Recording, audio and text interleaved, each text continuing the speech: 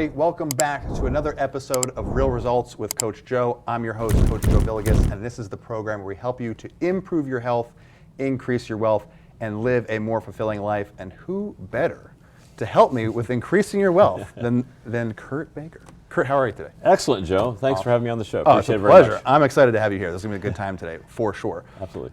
So, Kurt, you are a wealth manager, which is a term that I feel like it's not thrown around a lot. You hear like financial planner. Right. We're going to get into wealth management in a little bit. Absolutely. And you're also the host of Master Your Finances radio show, which I've had the pleasure of being on. So I want to make sure we plug that up front so people know appreciate that. to go listen to it. So Master Your Finances radio show. I want to hop right into it, and I would love for you to share with the viewers your story. Like, how did you get into the financial realm? I feel like some people I know, it was a career change. That's how they got into it. But how did you get your start? Okay. Well, it started a long, long time ago. I was in kindergarten, and I remember that I was doing chores like every young person should be doing. You're a parent with young children, so you get them doing chores. And one day my mother comes to me, and I remember this visually.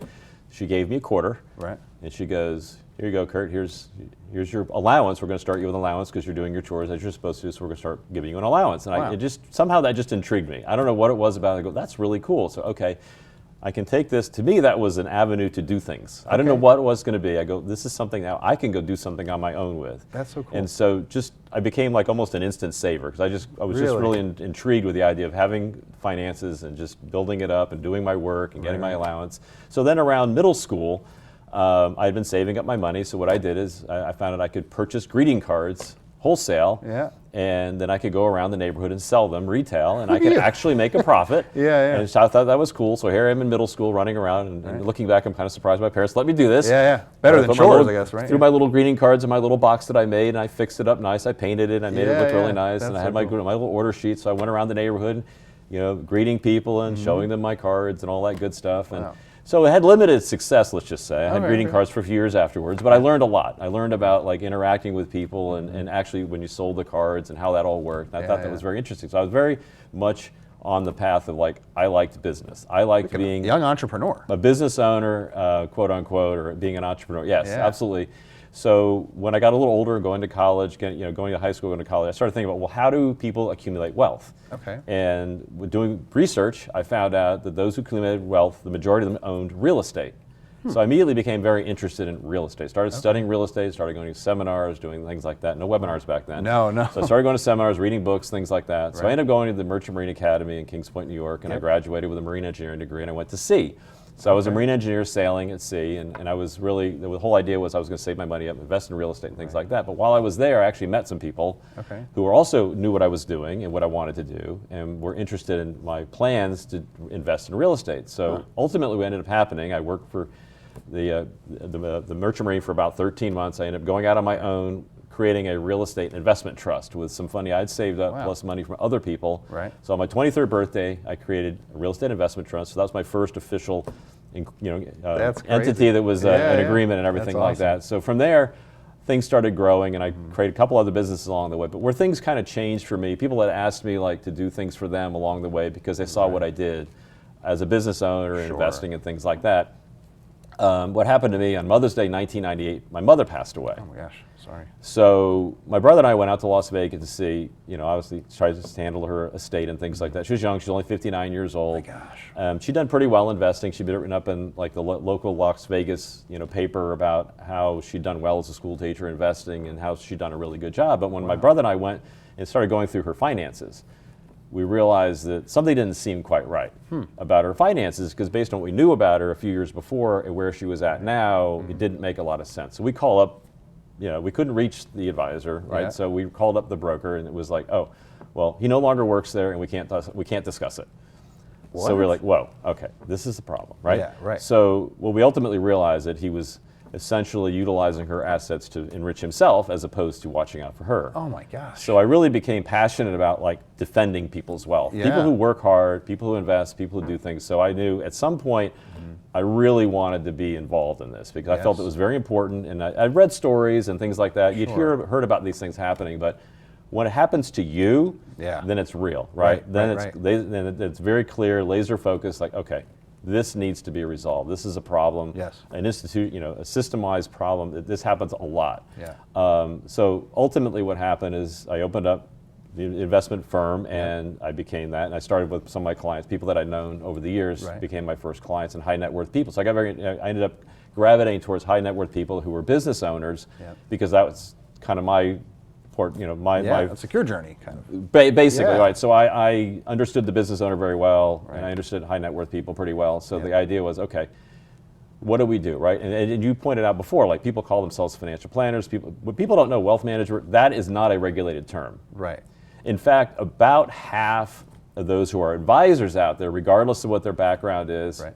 call themselves wealth managers. People call themselves financial planners. This is actually not a registered mark of any kind. Anybody can call themselves a financial planner. Anybody can call themselves a wealth manager. Regardless of designation. Correct. Right. So there's no Really? regulation I didn't know regarding that. that, Wow. and that's the part that we as an industry are concerned about. So I actually have a mastermind group I belong to, about 160 other advisors that work with high net worth people, and we call ourselves wealth managers, and we feel we've defined what a wealth manager is. And so let's For define us. can we define it for the viewers here? Right. That's for us. This is our definition. Yes. Right. There is no Standard. quote legal definition of it, but we feel this is what wealth management is. So we feel wealth management is a combination of, investment consulting, Okay. which is very important, and then there's advanced planning, Okay. as well as relationship management. Okay. Now, what most people know advisors as is really investment consulting. That's like all you hear. That's what most people actually do, and which is fine, which is great. Sure. That's where you go in and they look at your risk, they look at your portfolio, they evaluate it for risk, Right. performance. The better ones will give you an investment policy statement. They'll tell you, here's our goals and objectives, here's what we're going to do as a team Right. to make this money grow in whatever way and meet certain targets and goals and things like that. So that's investment consulting, Sure. which is fine, which is great. Right.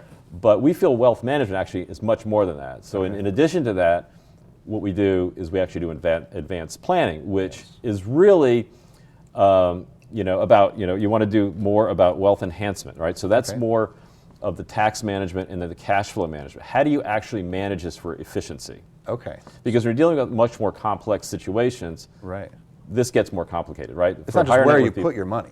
Correct. It's how do you actually manage for taxes, Right. and then how do you actually manage the cash flow, the flow that's coming out of Right. this, so it's in the most efficient way possible for your particular situation. Gotcha. So that's one major thing, and then the next would be wealth transfer. Okay. So wealthier people transfer money, obviously. Sure. So when they transfer money, whether it's within the family, members, or other entities or other individuals, and things like that, Philanthropy or how do we whatever. do this?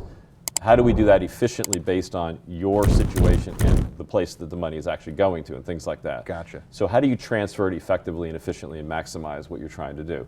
The next is a biggie for wealthy people, which is wealth protection. I want to touch on that today, big time. Absolutely. And obviously, like for your story, that's a visceral part of Absolutely. your identity, right? Because you experienced it firsthand with your mom's estate. So, Correct. Is that something we can jump into now? I want to kind Absolutely. of talk about this wealth Yep. protection.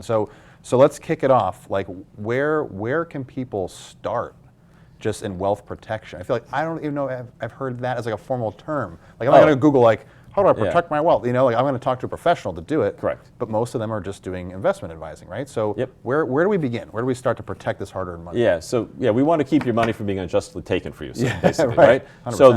there's a couple major components. One is really essentially the legal structure. How do you structure your assets in a way that discourages it from being discourages a lawsuit? You can't stop a lawsuit. Okay. But if you have your assets set up in a specific way, there's different legal documents, and people talk about things like trusts as an example, right? And there's other legal things that you can set up to protect it from being accessed, right? So it's never, people think, well, you can protect yourself completely from like actually having the money accessed, but what you can do is you can make it very, very difficult so that by the time they get to, they can't really get there, give right? up or they can't so really get there, right? Right, so you make it very hard to access it. There's no 100% guarantee no matter what you do. Sure. But there are lots of things you can do to significantly reduce that risk. And then in combination with that, what you do is you transfer risk. Okay. So if you have whatever your net worth may be, what you can do is transfer some of that risk off, so then you can protect. So if somebody does happen to break through these different veils that you're setting up, okay, then you have other means through the insurance side of it, which is typically what you're doing is just handing risk off to the insurance company. Okay. So they're also analyzing it too, because One thing is insurance companies can actually be your friend. Right. Some people think, oh, I'm just paying this big Little premium. known secret, yeah, right. Well, because they don't want you to lose money either. Right. Because they're going to lose money. They're not gonna get so paid, yep. you hear this a lot like in manufacturing, like where they come in, they'll actually like look at the plant, make sure that you don't have hazardous situations. Because Right. they don't want an employee to get hurt either, because that means they have to have a workman's comp claim. Yep. Well, the same thing goes on with this. So if they're analyzing it as well, so okay, well, we're going to insure this, then how are we going to cover you in a way that it's cost effective for us? In fact, I had one client years ago that this is something that a lot of times people are like, well, you know, I have insurance on that, no problem, right? So in this case, there was a very expensive building, over $20 million building the person had, they lived in it, and they're like, oh no, I'm all covered, it's good, right? And I'm like, well, just let me like take a look at it. So I'm it's reading like famous this last words if they say, no, I'm good, you know. It's well, like, well, but they all, I mean, everybody says, well, we have insurance on that, my agent took care of it. Sure. Oh, okay. This is where you have to just make sure other people kind of check on each other's work a little bit. Right. And what had happened is, in this particular case, it was in an S corporation. So the building was actually held in an S corporation, which is not uncommon for larger buildings that actually have cash flow coming in and out of it. So you put it in a corporate entity to separate it from other things that might be out there. It's just one way you might do it. Well, in this case, the insurance agent only put insurance on it for the business, the S corp itself. Wow. But there was no provision in there to actually secure insurance for the loss of the actual asset, the real estate, which was worth $20 million. Whew. So this person was living in a free and clear building he'd paid for many years ago and had appreciated quite a bit, but the building simply wasn't protected. Oh my gosh. And the interesting part about that is by the time we had it redone, the insurance cost actually went down. And his building was covered. Right. And the insurance costs went down. So just because you're covering things correctly doesn't mean that it's going to cost you more. But I'll tell you what, when we do some of these analysis, when we do an overall analysis, the most common place you find errors is in insurance. Because people's situations change. Yes. Assets move around, circumstances change. Right. We find a lot of issues on the insurance side, which is something that people think, oh, my insurance agent took care of it. But unless they know your side of what's happening, they can't insure what they don't know. What They don't you know don't the full tell story. them, they can't read your mind. Yeah. So that's why Unfortunately, it's good to have an interaction back and forth between the agent, the client, and maybe somebody else is looking at it, like an advisor, that at least knows like kind of what to look for and ask questions like, is this covered, is that covered? Then you take care of that. So that's really huge, because obviously if you accumulate a lot of wealth, the last thing you want is to like disappear overnight because of a lawsuit. Yeah. You know, even things like divorces and things like that, you can handle a lot of that up front, so that even if something like that does happen, you can maximize it to both parties if there is an exit of some sort. Effectively. So yeah, exactly. So you want to, I mean, the tragedy would be like if you had two high net worth people, and you see this a lot of time with celebrity type things, you read about them where these things weren't resolved, and all of a sudden they're just, basically lawyers are walking away with all the money because they're litigating it for years on end. Years, right. And unless you do this stuff up front, you can make it much, much cleaner, much easier, even under these worst case scenarios. Gotcha. So I know, like, there's a lot to unpack with some of the stuff that we talked about. So I have some questions for sure. Go for and it. some pieces I want to touch on a little bit deeper, which we'll do after our break. So we're going to take a quick break from our sponsors. We'll be right back. Excellent.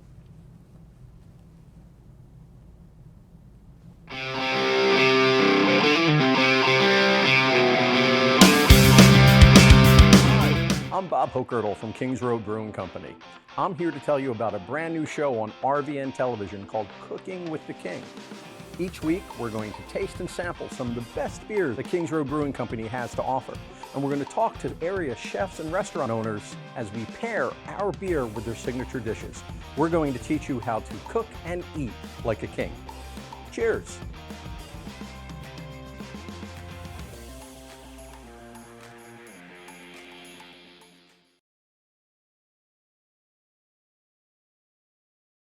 A stroke can be easy to detect.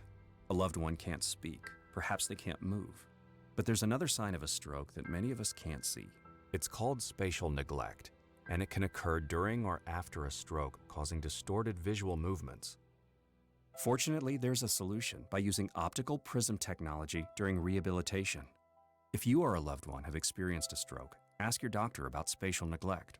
Spatial neglect. See the whole picture at KesslerFoundation.org.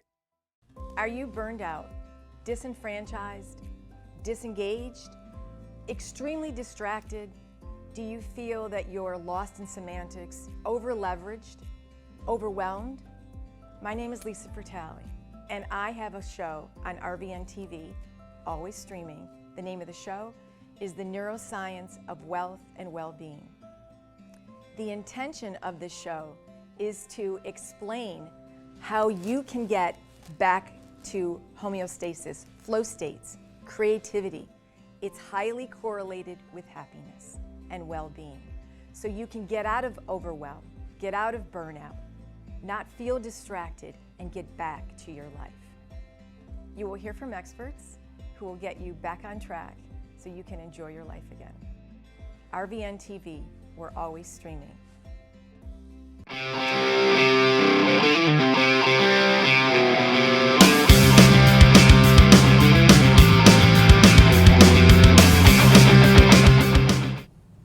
Hey everybody, welcome back to Real Results with Coach Joe. I'm your host, Coach Joe Villegas, and with me today I have Kurt Baker. Kurt, we were just getting into some real juicy stuff about protecting your wealth. So I want to dive right back in, maybe take a step or two back. Sure. And I want to talk about, like, where do people begin with this process? So we kind of went through a lot of things you could do between, you know, these sort of like legal veils you can set up, and insurance, and it sounds like a lot of steps. Sounds a little confusing, which is why you get a professional to help you. Right. So if somebody wants to begin, what do? They just contact their local wealth manager? Like, they call you up? Well, okay, well, it depends. I don't know their situation, obviously, but I mean, all I can tell you is what we do is when we first start a relationship potentially with a client, we have a long intake process. There's a 90-minute discovery meeting process, which is really where they bring all this information in, like all the legal documents, tax documents, everything in, and then we do an analysis, and then we decide based on that and whether or not we're moving forward. We will go and review everything to see like what things are basically in good shape right now. And a lot of that has to do with what is the person looking for, what are they trying to do, how are they trying to do it, and what are the reasonings behind that. So the discovery process is very important because we get to know literally that's what it means. It's discovering what the person is about, not just from a financial standpoint, but from a personal standpoint. What are their goals, objectives? Why is this important to them? Why did they even come in front of me to talk? Why are we sitting here and talking, and what do you want to see out of this? How do you want to lead? What does your life of significance look like? What do you actually want to do with your life? It's not really about the money. It's about what the money does for you or what it does for others. How it supports your life and others in your life. Correct, right. So how do you want, because you hear lots of billionaires that are miserable, right? I mean, unfortunately, but you hear lots of people that aren't very wealthy that are happy. So you can be happy and be wealthy all at the same time. It's just you need to set your priorities up correctly.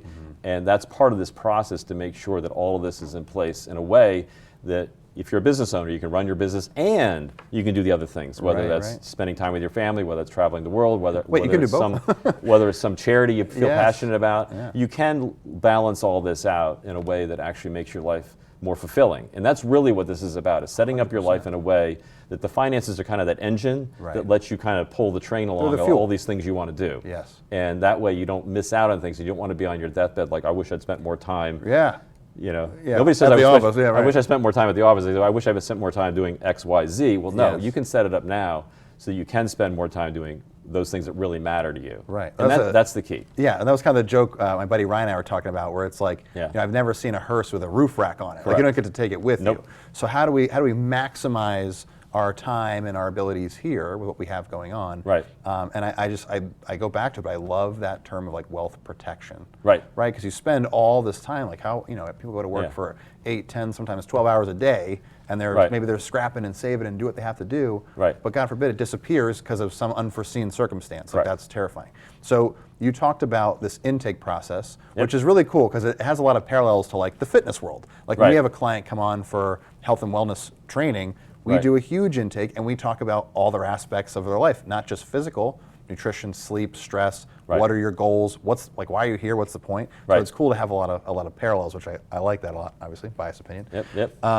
But you said we a lot. So when you're saying we, and you're talking about there's legal documents, there's insurance documents, like there's so much to it.